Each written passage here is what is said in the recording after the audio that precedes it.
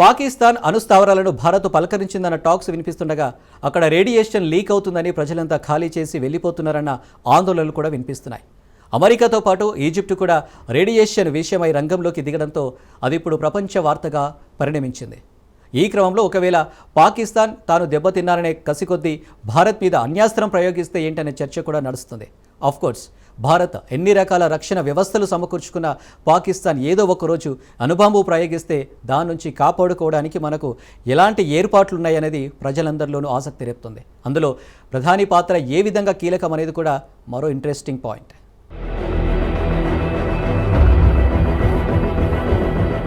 పాక్ అణుబాంబు వేస్తే మనకు రక్షణ ఎలా?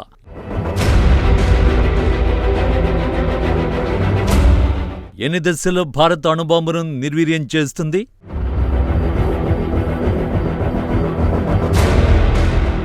అని ఫెయిల్ అయితే అప్పుడేంటి పరిస్థితి?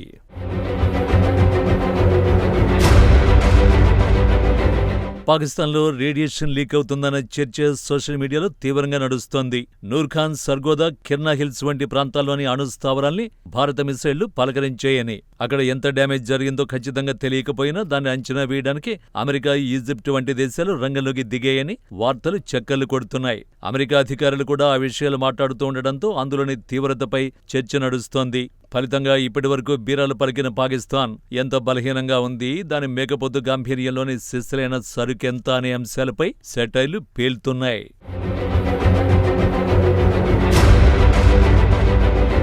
అయితే పాకిస్తాన్ ఎంత పనికిమాలిన దేశమైనా అది న్యూక్లియర్ కంట్రీ అనేది కాదనలేని వాస్తవం. పిచ్చోడి చేతిలో రాయిలాగా మూర్ఖ టెర్రరిస్టుల గుంపు నాయకులు ఏ క్షణమైనా భారత్ మీద అణుయుద్ధానికి దిగితే అప్పుడు మనకు ఉన్న రక్షణ వ్యవస్థలేంటి?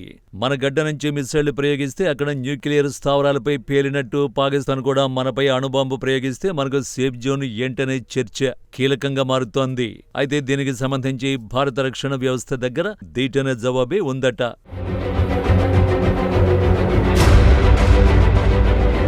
పాకిస్తాన్ గడ్డ మీద నుంచి అణుబాంబు ప్రయోగం జరిగిందని అనుకుందాం. అక్కడ అణు ప్రయోగం జరిగిన త్రుటి కాలం నుంచి కౌంటింగ్ మొదలవుతుంది. పాక్ వద్ద ఎలాంటి అణుబాంబులున్నాయి, వాటి సామర్థ్యం ఎంత వేగంగా దూసుకురాగలవనే పూర్తి కౌంటింగ్ భారత్ దగ్గర ఉంది. ఒక రకంగా పాక్ సైనిక పాలకులు ఎప్పుడు ఏం చేస్తున్నారో అనుక్షణం కనిపెట్టుకుంటూ ఆ సమాచారాన్ని మనకు చేరవేసే శాటిలైట్ వ్యవస్థను మనం ఈపాటికే రూపొందించుకుని ఉన్నాం. దీంతో అవి పాక్ ఉపరితలం, భారత ఉపరితలాలను వాటి అత్యంత తీక్షణమైన కెమెరా కళ్లతో అనుక్షణం కాపలా కాస్తున్నాయి. దాన్ని నిరంతరం పర్యవేక్షించే టీం ఎప్పుడూ అప్రమత్తంగానే ఉందని చెబుతున్నారు. శాటిలైట్స్ తో పాటు డ్రోన్స్ కూడా ఆ సమాచార సేకరణలో కీలకంగా పనిచేస్తున్నాయి.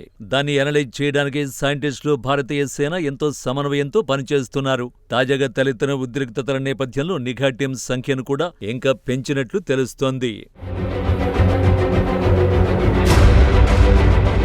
ఇలాంటి తరుణంలో పాక్ నుంచి అణ్వస్త్ర దాడి జరిగిన మరుక్షణమే శాటిలైట్ వ్యవస్థ మన సైంటిస్టుల్ని, సేనలను అలర్ట్ చేస్తుంది. వారు వెంటనే మన రక్షా వ్యవస్థను యాక్టివేట్ చేస్తారు. దీన్ని బ్యాలిస్టిక్ మిసైల్ డిఫెన్స్ గా పిలుస్తారు. ఈ ఆపరేషన్లో పాకిస్తాన్ ప్రయోగించిన న్యూక్లియర్ అటాక్ను ఎదుర్కోవడానికి ముందుగా పృథ్వీ క్షిపణి రంగంలోకి దిగుతుందట. ఇది 50 నుంచి 80 కిలోమీటర్ల దూరంలోనే అణ్వస్త్రాన్ని న్యూట్రలైజ్ చేస్తుంది. ఒకవేళ అది ఫెయిల్ అయితే మరింత ఖచ్చితత్వంతో advanced air defence system activate అవుతుంది. ఈ దశలో దూసుకెళ్లే మిసైల్ 15 నుంచి 30 కిలోమీటర్ల దూరంలో అణ్వస్త్రాన్ని ధ్వంసం చేస్తుంది. దీనికే S-400 అనే సమగ్రమైన వ్యవస్థ అటాచ్ అయి ఉంటుందని మన సైంటిస్టులు చెబుతున్నారు. పాక్ వైపు నుంచి వచ్చే న్యూక్లియర్ బాంబ్ ఫైటర్ జెట్ ను గాల్లోనే కూల్చేస్తుంది. అది కూడా మిస్ అయితే K-15 సబ్మెరైన్ లాంచ్ సిస్టమ్ ద్వారా అగ్ని-5 బ్యాలిస్టిక్ మిసైల్ శత్రువు మీదికి లంఘిస్తుంది. ఇలా పలు అంచెల్లో పాక్ నుంచి వచ్చే అణ్వాయుధ దాడిని ఎదుర్కోవడానికి భారత్ సర్వం సిద్ధంగా ఉండడం అత్యంత ఆసక్తి రేపుతోంది.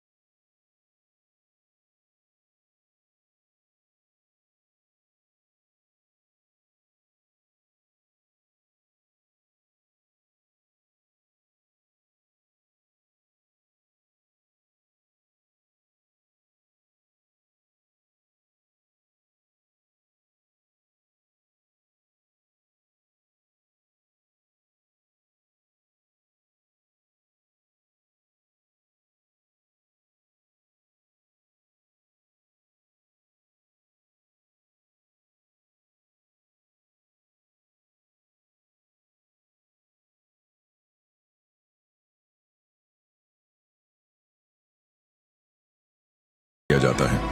इस पूरी प्रक्रिया में अंतिम निर्णय प्रधानमंत्री के पास होता है। नेशनल कमांड अथॉरिटी के तहत भारत पहला वार नहीं करता।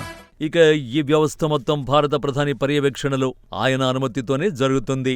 నేషనల్ కమాండ్ అథారిటీ నియమావళిని అనుసరించి భారత్ ఎప్పుడూ ముందుగా అణ్వస్త్రాన్ని ప్రయోగించదు. కానీ దాడికి గురైతే మాత్రం దానికి ఇచ్చే జవాబు అత్యంత భీకరంగా ఉంటుంది.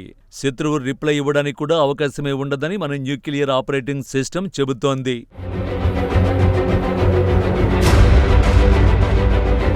మనం రష్యా నుంచి కొనుగోలు చేసిన S-400 ఎయిర్ డిఫెన్స్ సిస్టమ్ అత్యంత అధునాతన రక్షణ వ్యవస్థల్లో ఒకటి.